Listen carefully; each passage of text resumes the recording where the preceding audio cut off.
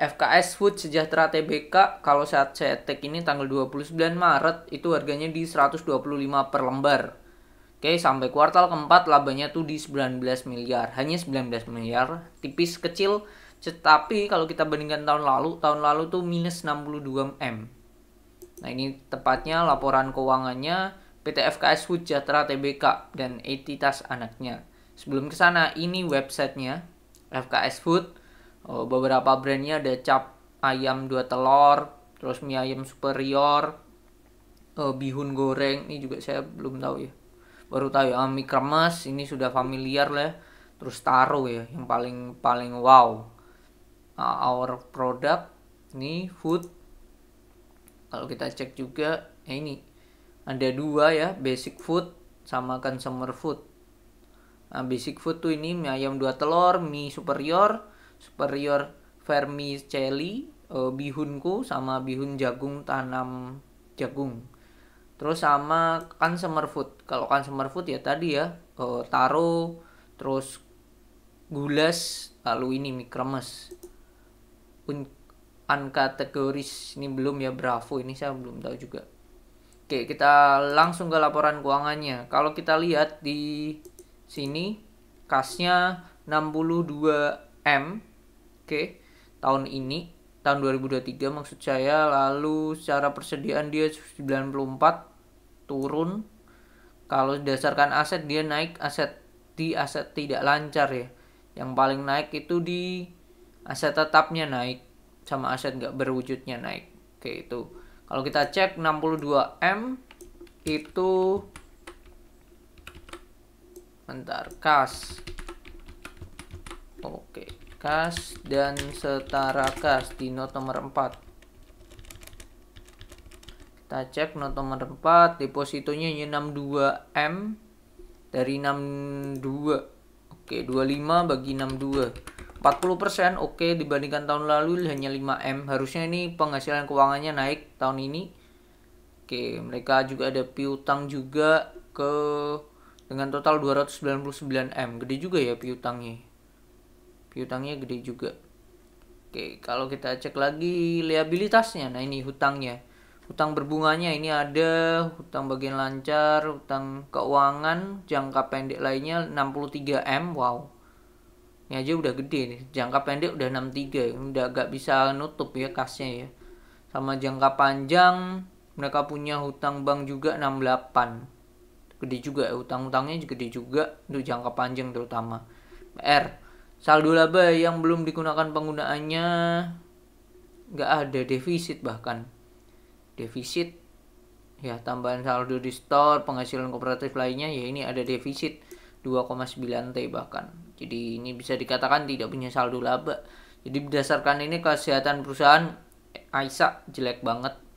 Nah, ini penjualannya. Secara penjualan hasilnya dia turun 1,7 T.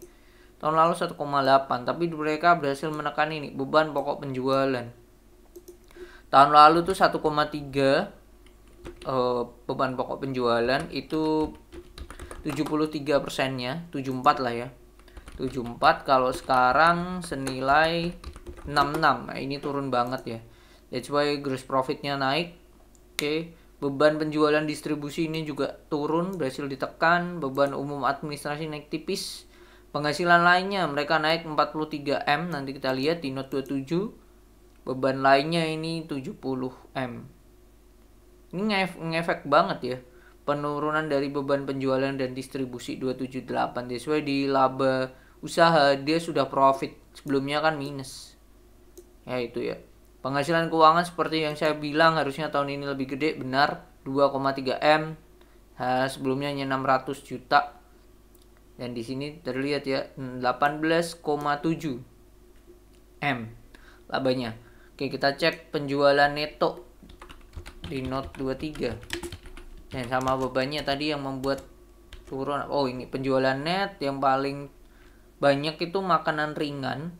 Satu ya, ini taro dan kawan-kawannya 1 triliun. Makanan pokok, tapi taro dan kawan-kawan, taro mie kremes ini turun ya. Sebelumnya 1,2, sekarang hanya 1 T. Makanan pokok 700 M, sebelumnya 600. Oke, itu ya. Terus kalau kita lihat beban pokok penjualan Nah, ini bisa ditekan dari tenaga kerja langsung aja ditekan. Oke.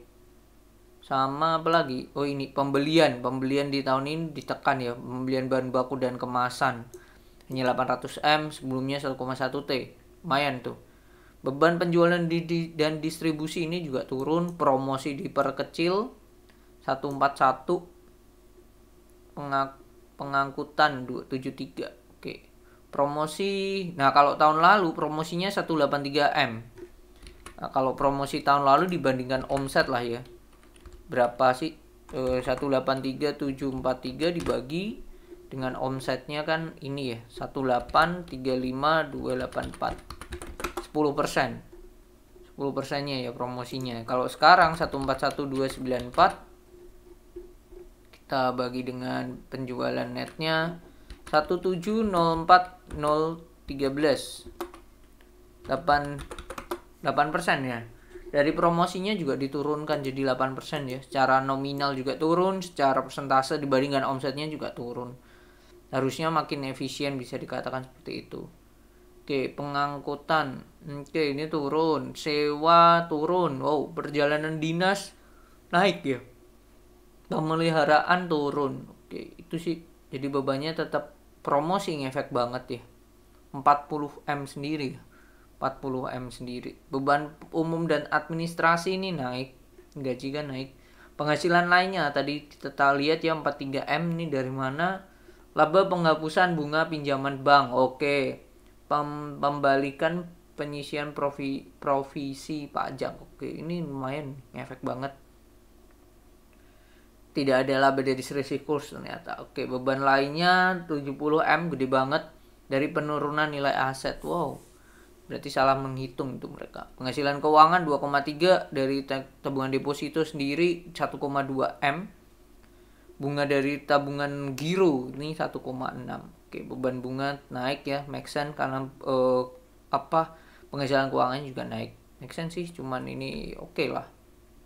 Kita naik ke atas lagi, arus kas. Oke, arus kas aktivitas operasi 78M positif sudah. Tahun lalu bisa naik karena bayar pemasok aja 16, udah gede banget. Omset 17, bayar pemasok 16, udah cuman 100M doang. Terus ditambah kurang ini pembayaran karyawan dan lain-lain. Bayar pemasok ngefek banget. Aktivitas investasi mereka keluar 22M buat beli aset tetap 19M. Aktivitas pendanaan mereka keluar 82M. Wow. 82 itu untuk bayar bunga jangka pendek tapi dapat pinjaman lagi 300. Ya, keluar masuk lah. Ya, so far ini ya sudah terjawab apa yang membuat labanya mulai oke, efisien. Tahun lalu berarti bayar pemasok sangatlah ngefek, beban pokok penjualannya juga gede banget. Makin diturunkan makin bisa efisien, meskipun secara laba mungkin akan stuck di situ-situ aja gitu. Kalau Aisyah kita cek juga secara revenue ya hanya di sini 500M tuh jarang ya dari 3 tahun terakhir ini ya, per kuartalnya. Kuartal keempat ini bisa. Kita lihat finansialnya, income quarterly. Nah, kita lihat di sini. Nah, go to full screen lah. Oke, total pendapatan. Nah, ini 500 saja jarang banget di sini. Nah, hanya kuartal 4 2022. Oke, sebelum-sebelumnya juga sama, nggak bisa 500. Oh, ini bisa nih. Di 2017 1,8T bahkan. 1,8T. Tapi sama aja, mereka laba tahun berjalan cuma 108, nggak gede-gede amat juga aslinya. Oke, si beban ini cuma gede juga ya, beban pokok penjualannya 1,3. Oke, itu sih.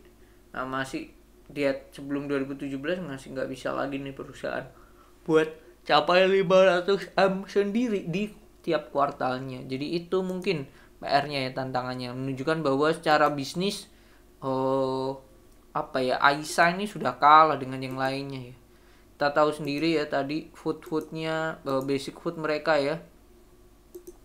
Basic food mereka kan mimian inilah ya, masih kalah ya dengan mimi yang ada ya. Mungkin produknya tidak familiar mie instan lainnya gitu. Consumer foodnya mungkin masih bisa lah ya, Taro ini masih oke lah, masih bisa bersaing, tapi yang lainnya enggak sih. Kalau ini mungkin bisa juga.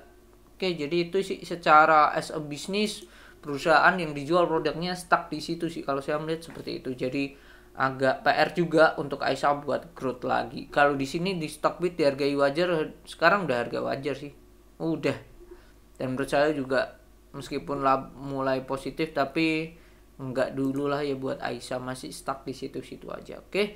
Mungkin itu yang bisa saya share dan sudah terjawab apa yang membuat Aisyah labanya naik. Jadi itu semoga bermanfaat dan see you on the next video. Bye bye.